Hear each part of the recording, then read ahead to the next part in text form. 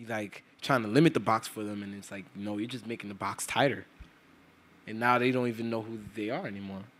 So you're really interesting because you're a producer and an artist, and like you had a record come out last year. It is what it is, which is amazing. Thank you. As an artist, it's like Kirk Knight, and it's you as the artist. But then you produce for Ferg and you produce for Joe and you produce for East Coast. Yeah. And does that because what you're saying about finding your sound, we're talking about that in terms of a producer, like find your sound and then find an artist that helps like bring that sound to the world, which you did with Joey and Ferg and all that stuff. Yeah. But what about as an artist? Like, what if you're you're rapping and also producing a lot of stuff for yourself, but like I make electronic music, so like a lot of electronic musicians, like they are the artists. Yeah. A lot of them are honestly just like nerdy kids who like sitting in front of Ableton. Maybe they like don't have that like confidence or whatever. Yeah. So for you, sorry, I was wondering where that went.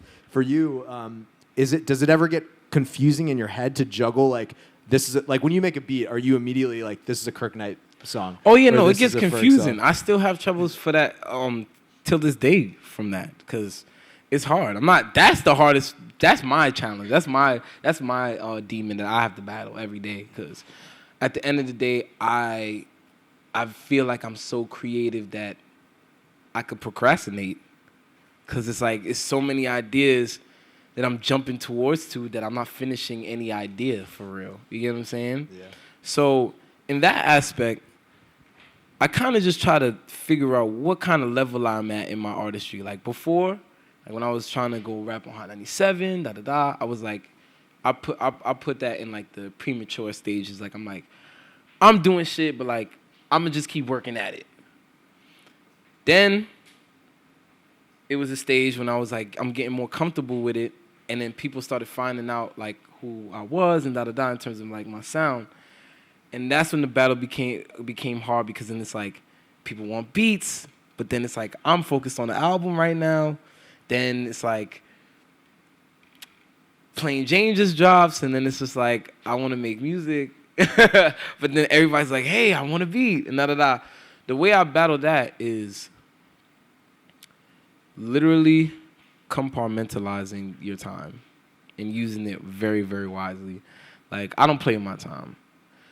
I'm the only person that can play with my time. Like, if I waste my time, then I wasted my time. I don't allow anybody else to waste my time because then it's just like, I literally could have been making a beat that could probably make $1 million. Wasting my time talking to somebody that's wasting time, right? Out the way. Now, when it comes to being in the studio, I don't initially just think every beat that I make is for me. How I figured out my sound, and this is probably like, this trick is probably going to go really far. Should I share this? Maybe. Hey, might as well. He's like, everybody's like, yeah, sure. Hey, we want to hear. It's a family affair. So basically how I found my sound, I felt like it was rapping on other producers' beats instead of rapping on my own, honestly. Because I was rapping on a lot of my own stuff, and it was fire, nothing wrong with it, but you're stuck in your sound, and technically in your mind, still producing. You're not really...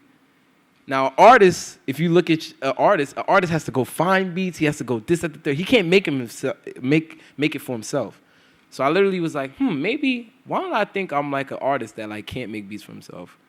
And let me rap on other people's beats like I can't make beats for myself. So I started rapping on other people's beats, and I'm like, yo, this beat sucks. This beat's fire. Wow, I didn't know I could sing like this on this beat. And years of that. And that's when I learned what beats I wanted for myself. Shit was crazy. Like, it was literally like the like reverse psychology. I was like, wow, this worked. So now I'm like, nah, this is the beat that I like. This beat is fire. It's so melodic. I love it. This is something that goes with this song that I made that's on this guy's beat. And it's like, that is what made me realize, okay, this beat is fire, but this beat is for the baby. This beat is fire, but this beat is for Thug. This beat is fire, but these guitar strings sound like Gunner. You start knowing what's not for you, because then it's like so much process of elimination. And that's how you really do it too, is like when you start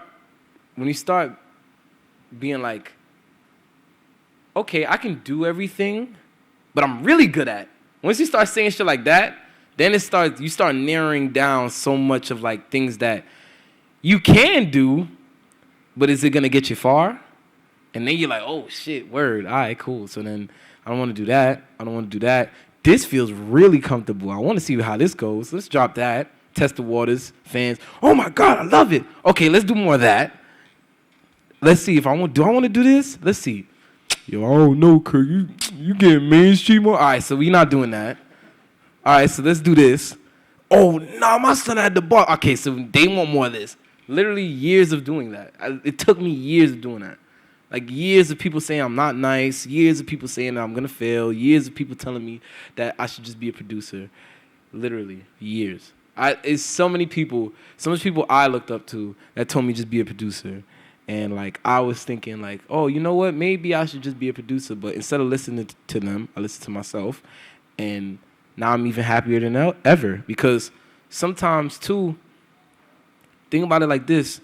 When you make music, you don't have to put it out. And I'm saying it like this.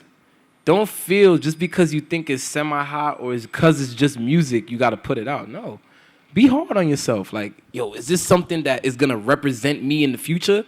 There's so many records I didn't drop because I'm like, yo, in the future, I don't think this is going to represent me well. Like, you know what I'm saying? You got to think long term. Like, if you're really trying to do this, like, if you like, all right, cool, I know this is going to work. I want this record to always be out because this will represent me no matter if I'm 5 years old or if I'm 30. And you start realizing what records really are mad important, and like and don't just, like I said, don't just drop anything that is just music because you made it. Like, really be hard on yourself. Like, one thing that's so amazing to me, like, I don't make records that like fast. Now I do. Before I didn't, but it literally took me years of me writing for other people too. Cause that's the thing too. Like, don't sleep.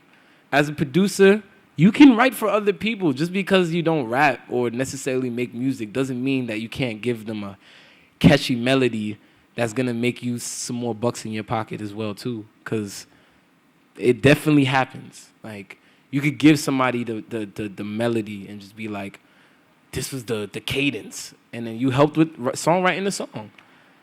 Just always try to put input, because I remember, and actually going back to the Plain Jane story, because I wasn't really even done with it yet, but it's cool. When I told Ferg I didn't like it. Like, I told him, I said, I think, like, nah, I think you could go back harder, like, really. And his manager told me no. It's like, I think this is the flow. I think the sleepy flow is what's going to make it. And I was like, all right, y'all make the hits. Hey, shit. And I just let it rock.